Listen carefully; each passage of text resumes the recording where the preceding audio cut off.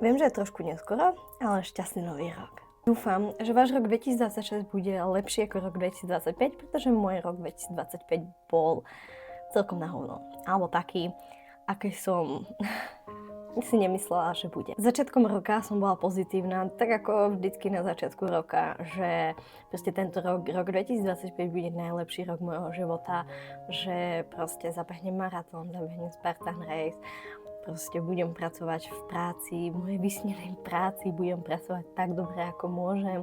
Nájdem konečne cestu k tomu mať sama seba rada, nájdem konečne cestu k tomu byť zdravá, schudnúť a tak ďalej.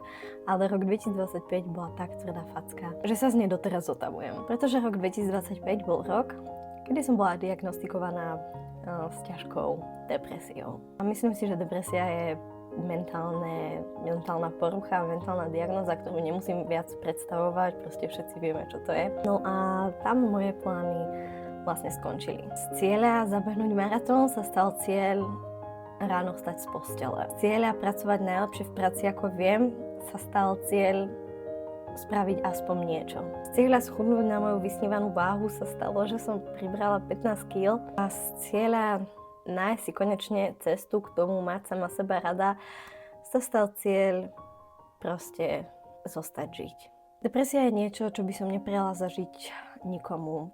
Prečo prišla doteraz, nevieme, neviem to ani ja, neviem to ani moja doktorka, proste jednoducho prišla. Depresia je taká sranda, že vaše problémy zrazu proste vymiznú a jediný problém, ktorý vo vás zostane, je otázka prečo. A na čo sa vlastne snažiť. Ale aby sme nezostali len pri tom negatívnom, naučilo ma to veľa vecí, ako napríklad naučilo ma to, že ktoré veci mi majú byť jedno a na ktorých veciach mi má záležať. Ďalej ma to naučilo, že aké veci mám skutočne rada, pretože niektoré veci mi počase začali chýbať a to sú tie veci, ktorým sa chcem venovať práve v roku 2026. Takže ako sa hovorí, nový rok, nové ja, tomu sa chcem venovať v roku 2026. Preto točím aj toto video, pretože chcem dať sľub sama sebe, že rok 2026 bude lepší a bude to môj rok. Čo ma dostáva k mojim predsavzatiam na rok 2026? Mám im celkom 18 a chcem splniť všetkých 18, každé jedno s nimi. Takže sa poďme pozrieť na moje predsavzatia a čo budem robiť na to, aby som ich splnila. Ale najskôr je mi teplo, takže mi dovolte sa vyzliecť. Prvých 5 predsavzatí sa týka health, alebo healthy lifestyle a fitness. Prvé, čo tu mám napísané, je zabehnúť Spartan Race. A presne beh je jedna vec, ktorá mi chýba. Mám nulovú kondíciu. Absolútne neurobím ani jeden angličák, takže to bude ťažké, takže ideme úplne od nuly. A povedzte mi, či chcete tu videá o tom, ako sa pripravujem na tento Spartan Race, alebo ako sa snažím na tento Spartan Race. Ďalšia vec je schudnúť. Toto predsavzatie si dávam každý jeden rok. Niekedy sa mi to podarí, niekedy sa mi to nepodarí, no tento rok sa mi to musí podariť, pretože teraz, tak ako vyzerám, som maximálne nespokojná. Takto zle som na tom ešte nikdy nebola. A áno, dávam to za vinu tej depresii a liekom, ale nemôžem sa už vyhovárať a musím ísť do toho, proste chcem schudnúť a už začínam aj chudnúť. Tretie je proste 10 krát sa zdvihnúť na hrazde. Prečo? Pretože si myslím, že zdvih na hrazde by mal ovládať každý, pretože je to niečo, čím môžem merať svoju silu. Nielen to, že koľko dvíham v posilke, ale takú overall silu, takže 10 krát sa zdvihnú na hrazde. Ďalej tam mám polmaratón, to súvisí so Spartan Raceom. No a ako posledné 5. z tejto kategórie mám histamínový reset. Kto by si nevedeli, ja trpím histaminovou intoleranciou a snažím sa dať reset. Vlastne to sa deje práve teraz, ako spolu hovoríme, som na histaminovej diete, snažím sa byť na histaminovej diete a aj o tom by som chcela natočiť pár videí, pretože je veľmi málo zdrojov k tomu a veľmi málo videí o tom, ako sa to ľudia snažia. Je veľmi veľa informácií k tomu, ako by to mal človek robiť, málo videí o tom, ako to človek reálne robí. Čo ma privádza k tejto knižke. Chcem ju zatiaľ moc promovať, alebo tak, ale je to proste 4-fázový program histaminového resetu a idem podľa nej. Takže keď to bude dobre, dám vám vedieť, keď to bude na hovno, dám vám vedieť. Ďalších 5, alebo ďalšia kategória sa týka mental health.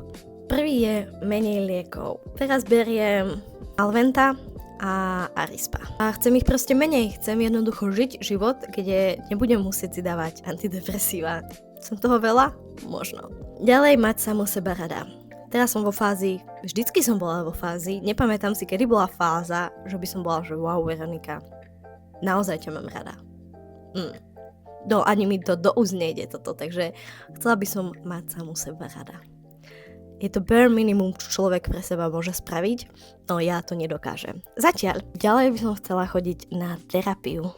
Ono je to také, že ja vždycky začnem chodiť na nejakú terapiu, no potom ako náhle sa začneme baviť viac dovnútra, tak ako keby odídem, že OK, to mi stačilo, bye a vyparím sa. 9. je, že mať rada život. A to ma privádza k depresii a vlastne k poslednému, a to je nemať novú diagnozu.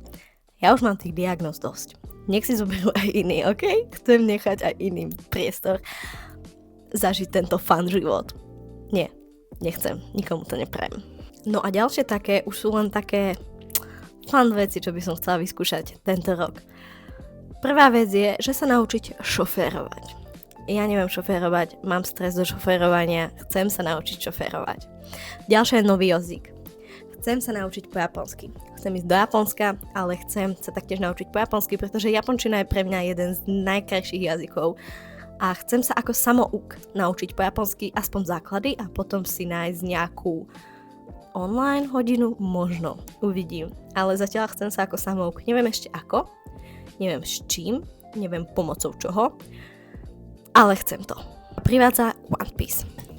I'm huge anime fan, by the way. Ešte nikdy som nevidela One Piece, pretože to je strašne dlhé a mám v tom trošku chaos. Takže chcem si ho pozrieť tento rok, lebo podľa všetkých je to najlepšie anime. Takže si chcem pozrieť One Piece. Ďalej skúšať YouTube.